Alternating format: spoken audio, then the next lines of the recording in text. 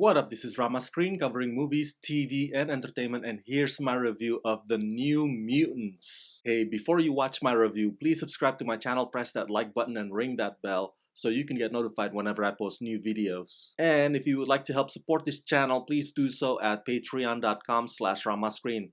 That's patreon.com/ramascreen. Let's rock this. I gotta be honest with you.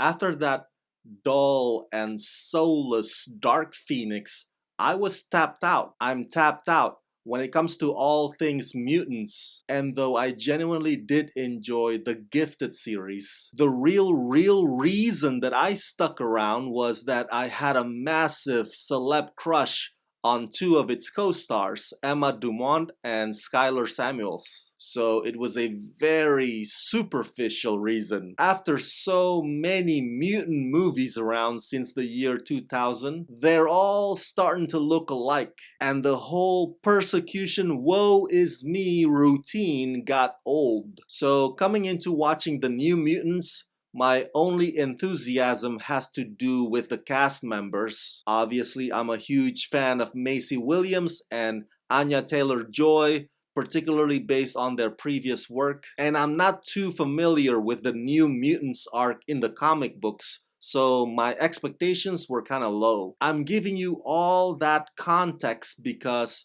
now that I've watched this movie in its entirety, well, The New Mutants is a big meh.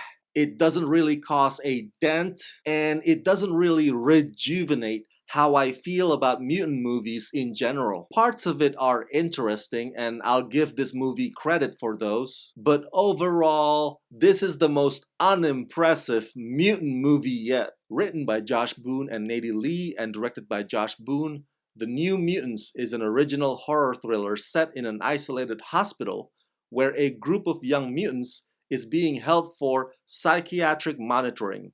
When strange occurrences begin to take place, both their new mutant abilities and their friendship will be tested as they battle to try and make it out alive. Starring Maisie Williams, Anya Taylor-Joy, Charlie Heaton, Alice Braga, Blue Hunt, and Henry Zaga. I like the film's whole One Flew Over the Cuckoo's Nest style. Of course, one of my favorite movies of all time is always the go-to move whenever Hollywood wants to tackle any story involving psychiatric facility. So I appreciate the way Josh Boone incorporates that into this. Although, once again, it goes down that same tired persecution woe is me road. My family don't want anything to do with me. I'm a freak. I'm a danger to society, so on and so forth. The film's effort in trying to be a horror mutant movie, though commendable, it never really reaches its objective. Many of the quote-unquote horror moments are just cheap jump scares that come up short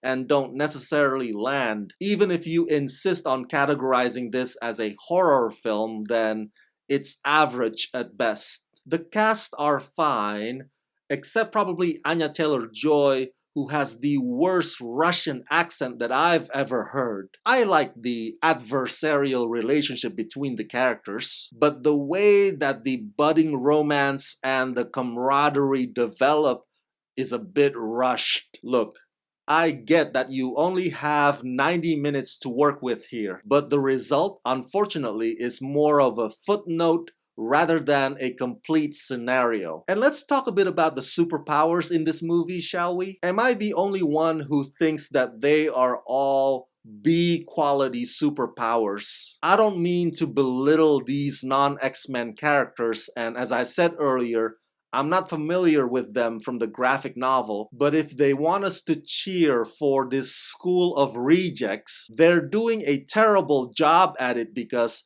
their abilities are mediocre and not memorable, especially when they team up and duke it out against the most one-dimensional villain ever, Demon Bear. That whole climactic scene is a jumbled mess. So I'll end on this.